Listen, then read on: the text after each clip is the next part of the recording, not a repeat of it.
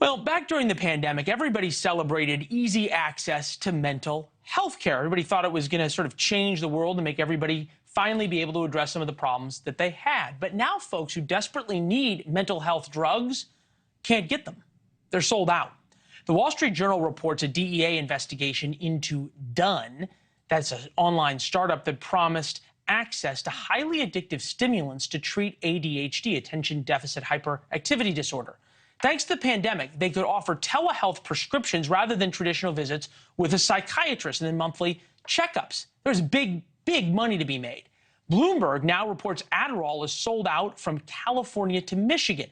Brings up serious questions about who is getting the drugs and if mental health care is now effectively too easy to get. Dr. Melissa Shephard's here, psychiatrist trained at Johns Hopkins University. It's always good to see you, Doc. I appreciate it. Let me put a little bit of a finer point on that rather than if mental health care is too easy to get. Are powerful drugs to treat mental health problems too easy to get? Yeah, I think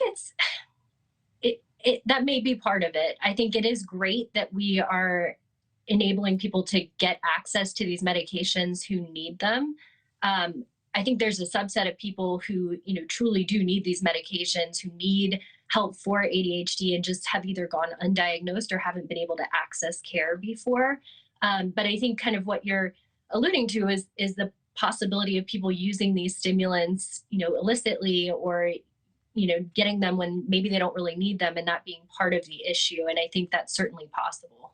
Well, yeah, sure. They're a great study drug. They're a party drug. They're passed around in college. They're worth a lot of money on the street. I'm not alluding to it. I'm flat out saying that you just when you look at the numbers, you see that there's this giant jump in people who suddenly are diagnosed with ADHD when they're able to go online and fill out a questionnaire rather than come see a highly trained psychiatrist like you, and you have to go sit there and go through the questions and actually really do an exam in which you have absolutely no financial interest in whether or not they're diagnosed.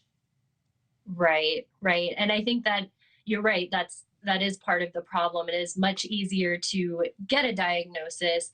I do think there's a subset of people who, truly do have ADHD and sort of over the pandemic, have sort of realized some of the issues that they've been having. I think there's been a push on social media to have more education around what ADHD is. And that's been great. That's led people to seek care. But you're right. There are certainly these companies that are probably prescribing these medications with much shorter appointments than maybe what we would traditionally do, where you worry that maybe they're not doing their due diligence. But I don't know. I know we also have a supply problem. I know that there were a couple of pharmaceutical companies who, got behind with supply. And I think part of our issue now is that we just haven't been able to catch up. Of course, in addition to the demand.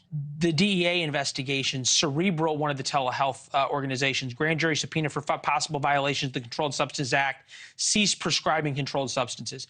Done Global, DEA investigation. Some clinicians reported being pressured to diagnose ADHD and prescribe stimulants. Federal law requires doctors to conduct at least one in-person appointment with a patient before prescribing them a controlled substance like Adderall. Exception was made for COVID and for public health emergency. Whenever you're dealing with drugs that alter people's minds, it's got to be a very tricky deal in one requiring sort of incredible expertise and long contemplation. Is there a chance there's a lot of people who are getting drugs and being diagnosed and then continuing on drugs that they probably shouldn't be? I think that's always a risk that you have to balance, right? We have to balance the risk of, missing the diagnosis in people who really could benefit from the medications and could be really helped by them.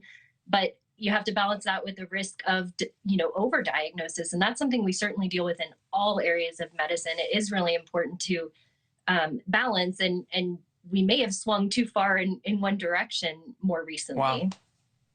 Yeah. I wanted to get to the point that now there's evidently some folks who are worried about trying to get their Adderall on the black market and overdosing from fentanyl. We ran out of time, though, Doc. I know as you're nodding, it's a problem. We appreciate it. It's good to see you. Thank you.